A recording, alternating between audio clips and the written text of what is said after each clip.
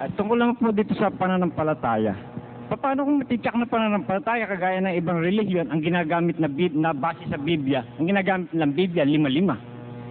Alin ho kaya magiging tama doon sa 5 na eh? Ganito po yun. Sigurado pong may mali doon. Wala ho sa dami ng Biblia ang ginagamit yun.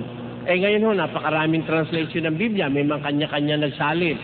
Yung salin ng Jehovah's Witnesses, iniayon niya sa paniniwala nila. Yung salin ng Jehovah. Yung salin naman ng Katoliko, iniayon nila sa paniwala nila. Kaya hindi sa paramihan ng Biblia yan. Ang maganda, kumuha ka ng salin, yung mga naunang salin. Yung older translations. Kasi wala pang vested interest ang nagsasali nun. Wala pa silang masamang interest na isalin ayon sa paniniwalaan dahil wala pa namang marami relihiyon nun. Yung mga isinalin na kagaya ng umpisa, kagaya ng Septuagint version that was translated 2 BC. Hindi, sa ngayon po, ano pang Biblia ang pinakamagandang mabasa? Siyempre yung nauna. Meron naman ang mundo nun eh. Ako meron nun.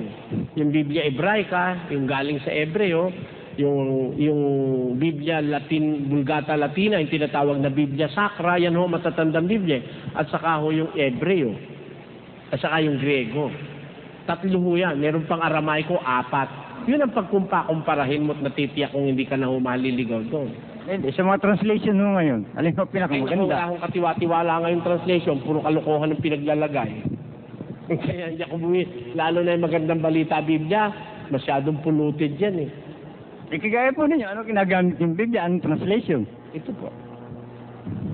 Yung salin ng 1902 sa Tagalog. Yun ang kauna-unahang Biblia.